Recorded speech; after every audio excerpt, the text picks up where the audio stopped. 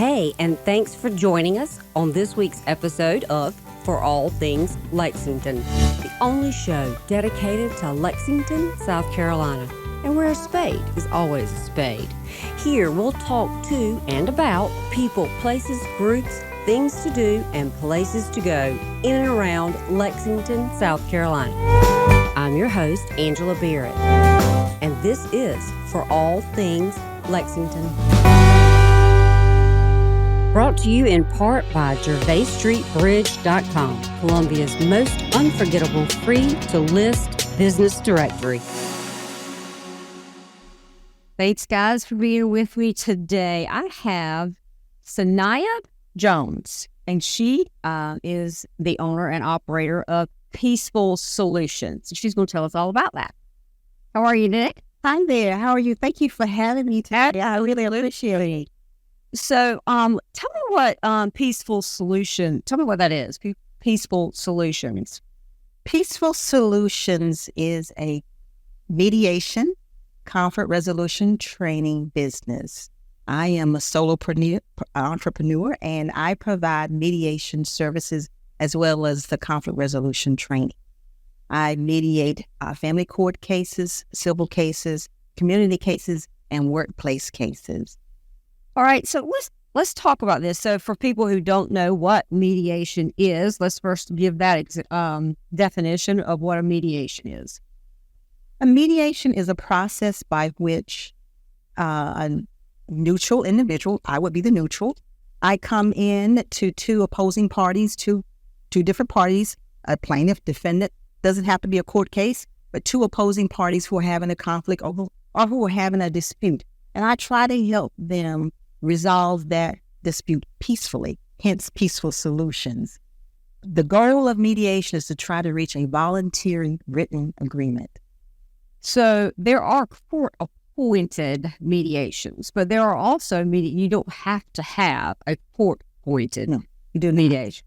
Let's just say that you and Uncle Fred are not seeing eye to eye about how this will was written or whatever, how it was the land supposed to be divided up. You could come in without court and help them come to an agreement without going to court, I guess, peacefully. Yeah, you don't make the decisions. Right. The role of the mediator is to just facilitate the conversation and sort of guide the conversation to help the opposing people establish common ground and try to reach some alternatives that perhaps they cannot reach in a court of law in litigation, because it's mediation versus litigation. Now, of course, litigation is in a court of law and mediation is not. Right. And a mediator does not make the decision. You're just there to help guide them absolutely to an agreement. I'm not the judge or the jury. Right. In mediation, the beauty of mediation is that the parties themselves, they have the power to make the decision. Right. The mediator does not. They have the power. And of course, that's the benefit of mediation. You are relinquishing your power if you don't reach a voluntary written agreement in mediation. You're giving up that power to a judge or a jury once you leave mediation. Right. Now, there are court-appointed mediations, meaning, well, I'll let you give that meaning. Well, court-appointed mediation are those mediations where someone has gone into the court system. They've filed a complaint. And in the state of South Carolina, if it is a contested court case, they're going to be required to go to mediation. Right. Yeah, well, thank you for that good explanation, because a lot of times I think people misunderstand a mediator's job. Like, the mediator is going to make the decision. No, that's not how that works. That's not true. That is not true.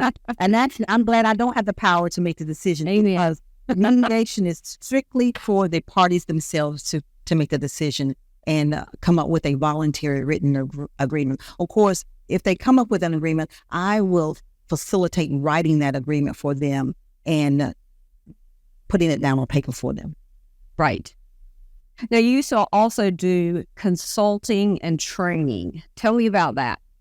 The conflict resolution training that I teach is a self-analysis tool one of the things involved in conflict resolution and conflict resolution training, I try to help people realize that everybody plays a role in conflict.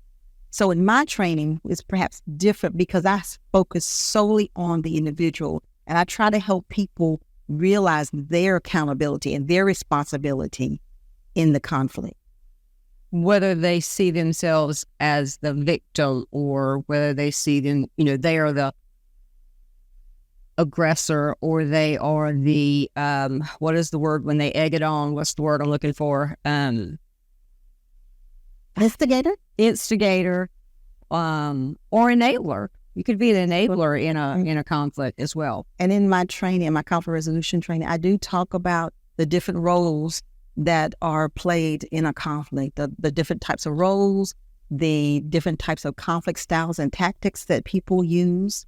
All of that is covered in my training. And I try to help people identify their conflict tactic and their conflict style and the role that they play in conflict. And I use real life scenarios in my training. So give me an example of a real life scenario. Oh, wow. Gosh.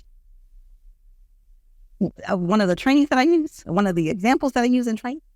Well, yeah, a real life example or of something you would use. For instance, suppose you were in college and you were having an ongoing issue with a roommate. And I'll use my one of my examples from college at USC. There was a conflict with a roommate where she felt like I needed to clean out the refrigerator because I didn't work, she did. And that was really, it escalated into a major conflict for us. It started out minor. Sure. I wiped down the refrigerator and then it escalated into something larger. And so that would be a real life scenario that I may or may not use in my training. Right. Anything that can start out small that has the potential to escalate into a conflict. And everybody has a role. Like, for instance, my role in that conflict, I played a role in that conflict. I played a role in causing it to escalate. She did as well. So I take real life scenarios and try to help people in my training realize and understand their role in the conflict and how they need to be accountable for the role that they play in the conflict. Because you're in a coming conflict, I hope not daily, but it could be. I mean, it could be something as simple as, today, for instance, it clearly says, hey, we're recording. Come busting in the door like, hello? I could have taken that and been upset, but I was, I guess you're busy on your phone, didn't say, however, but you could have simple little conflicts like that, and it's how you react to the conflict. Not how you feel, it's how you react, right? This is how you react. I'll tell you the most simple conflict that's been circling around these last 2 or 3 years has been to mask or not to mask.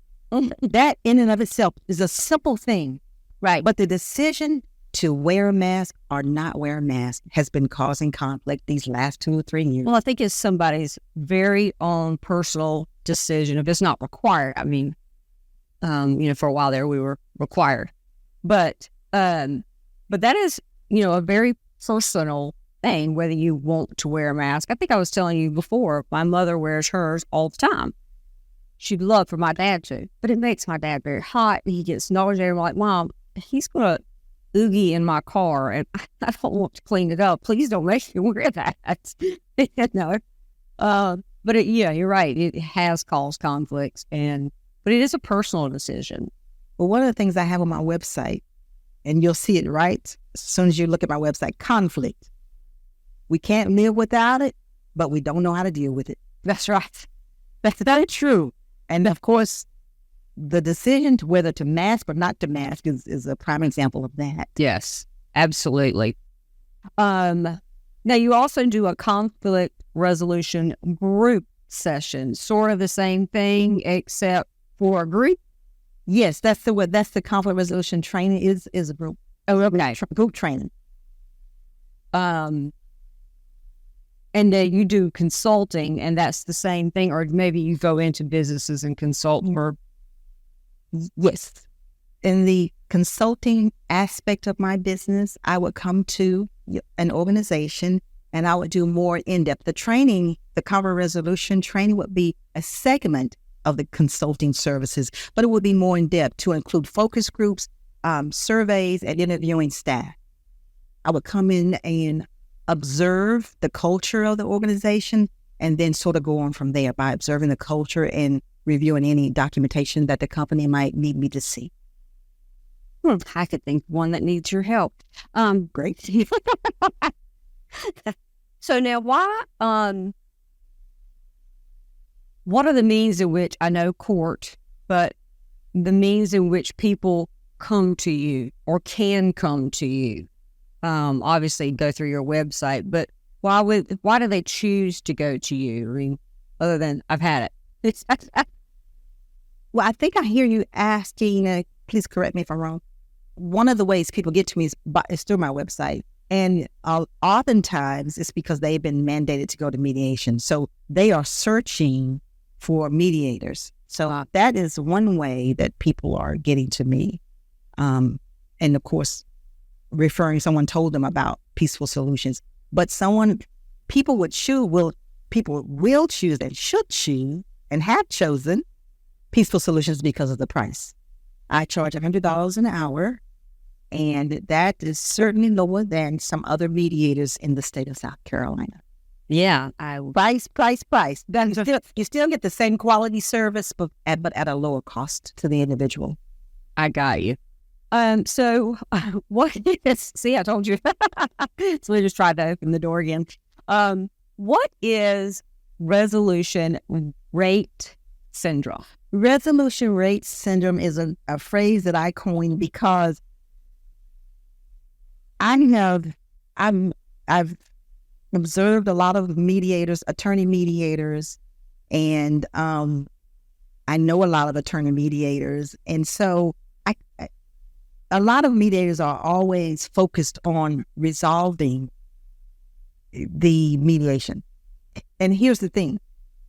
The only people that can resolve a mediation, that can come to an agreement, are the parties themselves. That's the first thing. Right. The second thing is, if it does not result in a written resolution or written agreement, doesn't mean that the mediation wasn't successful.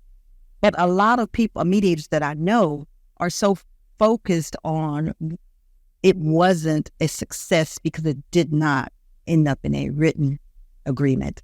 And that's simply just not true. Because keep in mind, mediation, I tell people in mediation, it's an opportunity to begin again. Mediation is not the time to go back and point fingers at one another. It's the opportunity to begin again. It's an opportunity the mediator helps each party see the conflict through a different lens. Mm-hmm. And I try to help people see the conflict from the other's point of view. And it's an opportunity that mediation opens the door to consider something else, to consider something different, to begin again. Mm-hmm. I encourage people to trust the process, because just because you doesn't end in a resolution today, it doesn't mean that you want next week, next month, next year, because mediation, it simply opens the door. Right. And explains it in a different way, in different words that aren't as hurtful or jabbing, stabbing. When you're part of that conflict, it's hard not to be kind of angry or saddened or whatever the case may be about what's going on. So it's good to have somebody who's right. And the unbiased part, and the mediator can help guide that, because oftentimes people do come in angry. There's a lot of contention in mediation, but the mediator will help manage that. Right. Yeah. So now, how did you? This is not your lifelong career. This kind of came later. So tell us how you got where you are now. Give us the background of where you've worked before and what led to this, Peaceful Solutions. Well, I started my career in state government. I worked at the Department of Corrections, the Department of Juvenile Justice, And actually, in both of those agencies, I did a lot of the same work. I investigated allegations of policy violations and excessive force, abuse, and neglect. And from there, when I went to Columbia College while I was employed full-time at Juvenile Justice, and I had the luxury of taking a mediation course while I was working full-time, and I saw mediation just came alive in the mediation course that I took at Columbia College when I was getting my master's degree. And actually, I did my thesis at DJJ as a result of getting that degree, and I saw that there was a correlation between power control, face saving, and verbal aggressiveness. And so therein started my career. I knew where I was going to go once I left state government, and that's how I started a career in mediation. And I will say this, when I was employed at the corrections and DJJ, I was also a volunteer arbitrator for Richland County Sheriff's Department and Lexington County Solicitor's Office. So I've gotten into mediation somewhat through arbitration, but as you're aware, arbitration, when I was a volunteer arbitrator, I held a hearing, and I did sort of act like the judge because I imposed a sanction on the kids. But mediation is totally different. As a mediator, I don't impose any sanctions. The parties themselves, they reach an agreement. Right. Much more peaceful job, isn't it? Always. So how you were in the state government for how long? Well, actually, I got my full retirement after 28 years of service. And I will tell anybody, the best thing that you can do if you're going to go get a career in state government, go right after you finish college, because then you can retire early and start a whole new career. Because I got into state government right after I graduated from college. Yeah. And you opened Peaceful Solutions when? I started my website in 2013, I think. I think it was 2013, somewhere along there. Okay, 2013. Gotcha. So other than the fact that I know for a fact that both of us are koalas. Yes, Columbia College. Yay. Go Koalas. That's right. Tell us a little bit personally about you. Well, I was born in Greenville, South Carolina. And the way I got here in Columbia and Lexington, I attended the University of South Carolina and earned a bachelor's degree in journalism. So that's how Go Koalas. Yeah, I'm way about now. The basketball team, teams are doing exceptionally well. And so that's how I ended up in the Columbia area by going to USC. And then I got married. And before I got married, I started attending Brooklyn Baptist Church in 1985. I became a member in October of 1985. And I've been attending Brooklyn Baptist since 1985. Then I got married there. And my husband was from the Lexington area. And we had a child. And now she has relocated to the Washington, D.C. area. Yeah, that is a lot different atmosphere than we have here. And I can't say that I'm jealous about it. I would like it, every once in a while. But I like our laid-back little... We can't say lazy anymore because it's very hustle and bustle, but it's still not Washington, D.C. Oh, no. Every time I drive for a visit, it takes, once you get into that Virginia area, right, traffic is so backed up. Yeah. I mean, it's an 8-hour drive. It is. It's a crazy place. It's the work, though. That's right. A work day of driving. That's right. So I have one final question for you. If you have the attention of the whole world at one time, and you could tell them something in a sentence or two, what would you say? This doesn't have to be work related. Don't escalate, mediate. That's right. Don't retaliate, mediate. Right. Don't bear arms, extend arms. Right. Resolve conflicts peacefully. Peacefully. Yes, peaceful. Right. I love it. So tell us your website. PeacefulSolutionsLLC.com. And my contact number is 803-609-3069. I'm on Facebook. I'm on LinkedIn. Perfect. Well, thank you so much for being here today. It was a pleasure doing it. Go Koalas. Thank you. Thanks for hanging out with us today, and we hope you enjoyed the show. If you'd like to be a guest on the show or have a person, business, idea, an event that Lexington needs to know more about, email me, local@forallthingslexington.com. That's the number 4, y'all. And by Angela Barrett at HomeMattersSC.com. Building on what matters to you.